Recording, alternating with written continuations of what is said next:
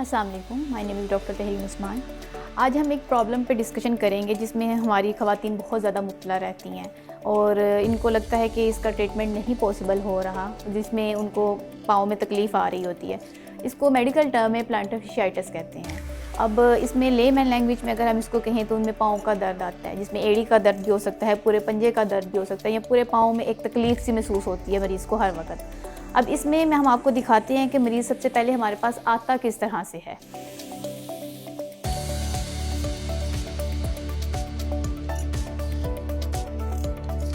अभी जिस तरह से आपने देखा कि मरीज़ को चलने में किस कदर मुश्किल का सामना करना पड़ रहा है। अब इसकी प्लांटर fasciitis की बहुत सारी वजूहात होती हैं। ख़ास तौर पे ख़वातीन में सारा दिन वो किचन में खड़ी रहती हैं या अपने जो भी रोज़ाना के काम करती हैं, इसमें ज़्यादा देर खड़े रहने की वजह से एक वजह बन जाती है। दूसरा ये कि पाँव में अक्सर एड़ी की थोड़ी सी नोक बढ़ जाती है, जिसको हील स्पर कहते हैं, ये भी इसकी एक वजह है। और दूसरा ये कि हम लोग अक्सर पाँव के ऊपर बराबर वज़न नहीं डाल रहे होते, हम स्टेप्स चल रहे होते हैं तो बहुत ज़्यादा पाँव के किसी एक पोर्शन पे वेट डालते हैं, जिसकी वजह से हमारे जो पाँव के मसल्स हैं, जिसमें हमारा पूरा नीचे का एक फेशिया आता है, वो बहुत ज़्यादा टाइटनेस का शिकार हो जाता है। उसके खिंचाव की वजह से हमारे पाँव की जो नॉर्मल आर्च होती है वो भी डिस्टर्ब हो चुकी होती है। कि ये आप देख रहे हैं कि ये हमारा पूरा एक मसल यहाँ से आ रहा है, ये पूरा फेशिया हमारी एड़ी से निकल के हमारे यहाँ पे लग रहा होता है, टो पे जाके।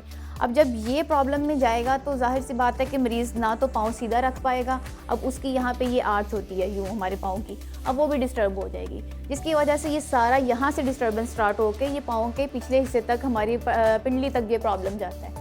पेशेंट सारा टाइम डिस्कम्फर्ट, तकलीफ़ और कह लें कि खिंचाव महसूस करता है। पाँव ज़मीन पर रखने में उसको शदीद तकलीफ़ का सामना करना पड़ता है।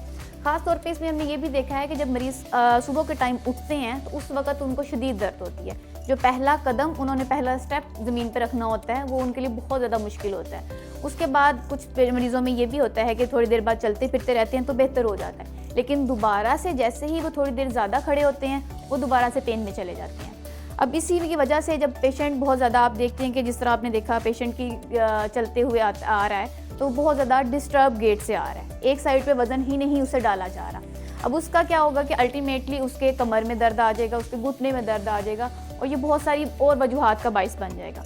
लेकिन अल्हम्दुलिल्लाह अल-शिफा पेन कंट्रोल सेंटर में इसका ट्रीटमेंट अवेलेबल है। हमारे पास बहुत सारे वैरायटी ऑफ ट्रीटमेंट्स अवेलेबल हैं इसके, जिसमें हमारे पास शॉक वेव है, हमारे पास ड्राई नीडलिंग है, अलॉट ऑफ ट्रीटमेंट्स हैं।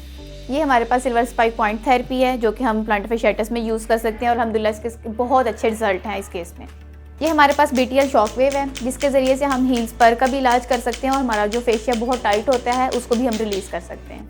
इसके अलावा हमारे पास एक एडवांस टेक्निक है ड्राई नीडलिंग। अल्हम्दुलिल्लाह ड्राई नीडलिंग के बहुत अच्छे रिजल्ट्स हैं। इसके ज़रिए से अक्सर हमारे पास फेशिया टाइट होने की वजह से ट्रिगर पॉइंट्स भी बनते हैं और इसके अलावा फेशिया की जो वैसे टाइटनेस है हम उसको भी ड्राई नीडल के ज़रिए से रिलीज़ कर सकते हैं।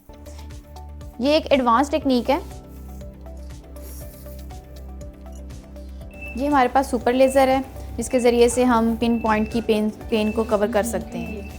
इसके अलावा हमारे पास सर्कुलेशन बूस्टर भी है, जैसा कि इस प्रॉब्लम में हमारी खून की गर्दिश जो है वो बहुत ज़्यादा मुतासिर हो जाती है, ब्लड की सर्कुलेशन जो है वो रुकने लग जाती है, प्रॉपर सप्लाई नहीं हो पा रही सारे मसल्स को। तो हमारे पास सर्कुलेशन बूस्टर है, जिसके ज़रिए से हम ब्लड की सर्कुलेशन को इन्हेंस कर सकते हैं और अपनी हीलिंग को फास्ट कर सकते हैं। अच्छा, एक और बहुत बड़ी एक वजह है प्लांटर fasciitis की, जिसको हम वजह कंसीडर नहीं कर रहे होते, लेकिन ये बहुत बड़ी प्रॉब्लम की एक रीज़न बन रहा होता है। आपने देखा होगा कि अक्सर औरतें वो जूता पहनती हैं लेकिन उनका पाँव आधा बाहर होता है जूते से। अब देखिए इस सूरत हाल में अगर मैं चल रही हूँ तो मेरा तो यही जूता जो है मेरी एड़ी को मुसलसल दबाव में डाल रहा है, और दूसरा ये कि ना तो मेरा बैलेंस इक्वल है, ना मेरे प्रॉपर पूरे पाँव के ऊपर वज़न आ रहा है। इस तरह से अगर हमारे पाँव पे ही वज़न नहीं प्रॉपर आएगा तो ये तो हमारे पहले से ही एक मसला चल रहा है, उसको बहुत ज़्यादा बढ़ा देगा। इसको हम प्रिवेंट कर सकते हैं अपनी इस हैबिट को बेहतर करके। और यस, आपने जब भी जूता लेना है मेक श्योर कि आप वो जूता ख़रीदें जिसमें आपका पाँव प्रॉपरली अंदर जा रहा है, आपकी हील जूते से बाहर नहीं होनी चाहिए। ये चीज़ का हमें ख़ास ख्याल रखना चाहिए। मैं आपको दिखाती हूँ कि हमारे पेशेंट्स या बहुत सारे दूसरे लोग नॉर्मली हम सीढ़ियाँ चढ़ते हुए कौन सी गलती करते हैं और इसको हम किस तरह से ठीक कर सकते हैं।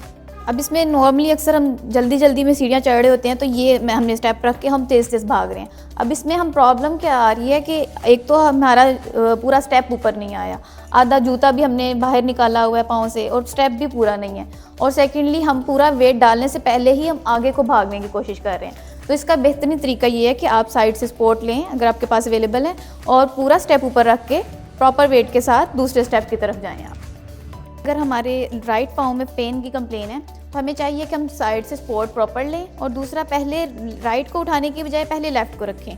इस तरह से ये रख के प्रॉपर दोनों पाँव पे इक्वल वेट डाल लिया, फिर उसके बाद फिर पहले लेफ़्ट और फिर राइट, प्रॉपरली यूँ दोनों पाँव पे वेट डाल के, लेकिन पहले आपने लेफ़्ट को यूज़ करना है।